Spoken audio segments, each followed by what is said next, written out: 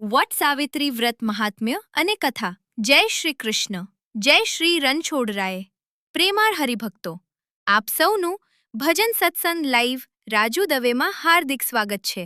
આજે આપણે એક એવા પવિત્ર વ્રત વિશે જાણવાના છીએ જે માત્ર એક પરંપરા નથી, પરંતુ પતિ પત્નીના અતૂટ પ્રેમ, અડગ વિશ્વાસ અને ધર્મનિષ્ઠાનું અમર પ્રતીક છે. આ વ્રત છે વટ સાવિત્રી વ્રત. શાસ્ત્રોમાં કહેવાયું છે કે જ્યાં શ્રદ્ધા હોય ત્યાં ભગવાનની કૃપા વરસે છે, અને જ્યાં પતિવ્રતા નારીનો આશીર્વાદ હોય ત્યાં આખું કુટુંબ સુખી બને છે.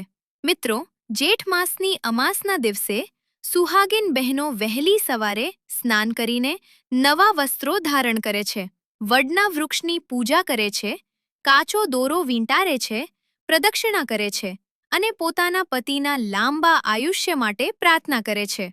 પરંતુ પ્રશ્ન એ થાય કે વડનું જ પૂજન કેમ કરે છે? વડનું વૃક્ષ દીર્ઘ આયુષ્ય, સ્થિરતા અને જીવન શક્તિનું પ્રતીક માનવામાં આવે છે. માન્યતા છે કે તેમાં બ્રહ્મા, વિષ્ણુ અને મહેશનો વાસ છે. તેથી વડની પૂજા કરવાથી અખંડ સૌભાગ્ય અને કુટુંબમાં સુખ સમૃદ્ધિ પ્રાપ્ત થાય છે. હવે ચાલો સાંભળીએ પતિવ્રતા સાવિત્રીની અમર કથા. પ્રાચીન સમયમાં રાજા અશ્વપતિને સંતાન નહોતું. તેમણે વર્ષો સુધી માતા સાવિત્રીની ઉપાસના કરી. દેવી પ્રસન્ન થયા અને એક સુંદર પુત્રીનો જન્મ થયો. તેનું નામ સાવિત્રી રાખવામાં આવ્યું. સાવિત્રી યુવાન થઈ ત્યારે તેણે સત્યવાનને પોતાના પતિ તરીકે પસંદ કર્યો. ઋષિઓએ જણાવ્યું કે સત્યવાનનું આયુષ્ય માત્ર 1 વર્ષનું બાકી છે.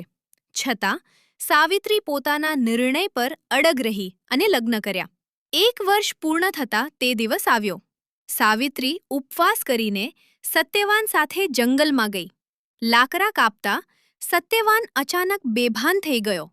ત્યારે યમરાજ તેના પ્રાણ લઈ જવા આવ્યા. સાવિત્રી યમરાજની પાછળ ચાલતી રહી.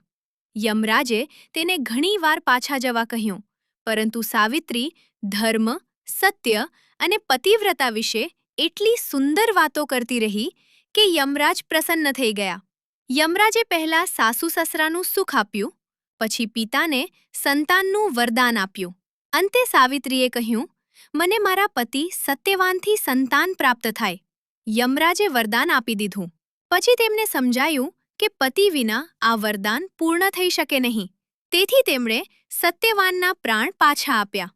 આ રીતે પતિવ્રતા સાવિત્રીએ પોતાના પતિને મૃત્યુના મુખમાંથી પાછા મેળવ્યા. આ વ્રત કરવાથી પતિનું આયુષ્ય વધે છે, અખંડ સૌભાગ્ય મળે છે, પરિવારમાં સુખ શાંતિ રહે છે અને ભગવાનની કૃપા પ્રાપ્ત થાય છે.